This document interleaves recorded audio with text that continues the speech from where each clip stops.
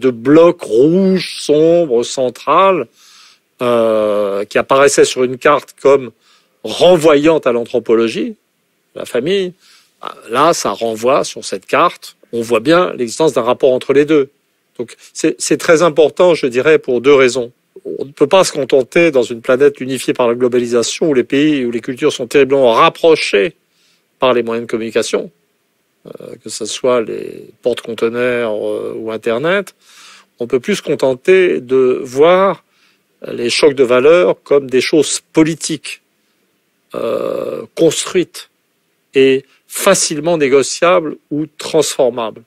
Il faut être capable, on doit garder un horizon de temps humain, de réunification de l'humanité, sur des valeurs communes qui seraient belles et bonnes.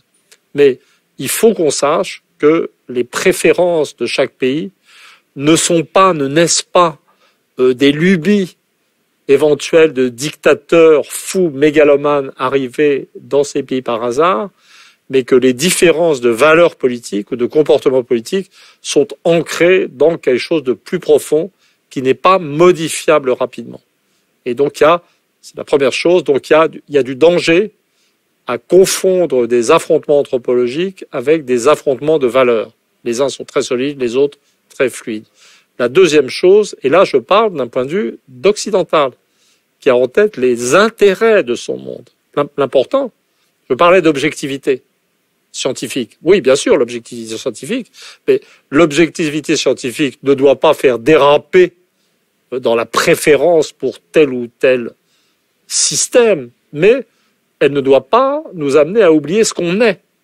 Vous voyez, c'est ça. Et moi, je suis un Français avec des liens avec le monde anglo-saxon, et je suis dans cette culture occidentale, libérale, et je suis ce que je suis. Et l'intérêt, et donc j'ai aussi le souci de l'intérêt de ce que je suis. Et dans une optique occidentale, dans un monde qui évolue très vite, il faut qu'on puisse se situer. Je dis non, il y a du danger à tomber dans un narcissisme occidental, à croire que notre révolution anthropologique féministe, que j'approuve, que notre tolérance nouvelle à l'homosexualité, que j'approuve, je veux dire, il ne faut pas qu'on croie que c'est quelque chose qui fait de nous simplement les lumières du monde. C'est quelque chose, il faut être capable, quand on a la carte de la patrilinéarité, on verrait que la carte de l'homophobie, qui est dans mon dernier livre aussi, correspond tout à fait aussi, on se dit que non, notre révolution culturelle nous éloigne du monde. Et quand on critique Poutine, on peut le faire, on a le droit. Je veux dire, les lois passées par la Douma contre la propagande LGBT, je veux dire, c'est pas du tout ma tasse de thé. C'est pas du tout ma tasse de thé. Mais il faut surtout pas s'imaginer que c'est quelque chose qui coupe les Russes du monde. C'est le contraire. C'est quelque chose qui rend les Russes plus séduisants encore au monde qu'ils n'étaient à l'époque du communisme. À l'époque du communisme, les Russes avaient une sorte de soft power qui venait du fait que le communisme réussissait dans tous les pays de structures familiales communautaires exogames. Donc il y avait des gens qui trouvaient que le communisme était formidable en Chine, au Vietnam, en Serbie ou en Toscane, en Italie centrale. Dans l'ensemble du monde arabe, dans toutes sortes de pays, l'athéisme communiste faisait horreur.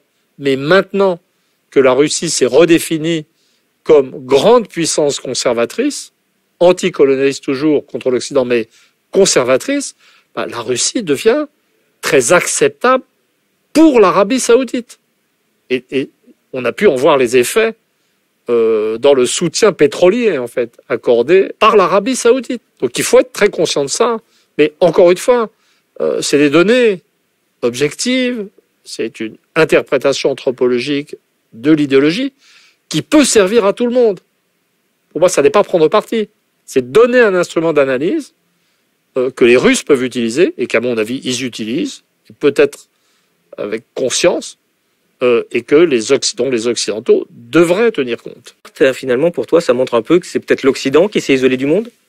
L'Occident est en rétraction. Il y a une sorte de contraction du monde et de reflux occidental, et cette carte, je pense, l'illustre magnifiquement. Mais c'est là qu'est le risque pour les États-Unis. C'est-à-dire que si ce monde qui ne sanctionne pas la Russie s'auto-organise économiquement, monétairement, financièrement autour d'un pôle de stabilité chinois, russe et indien, c'est terminé pour les États-Unis. Mais à la minute où je dis ça, je deviens un occidental inquiet. Parce que c'est vraiment pas le monde que je désire.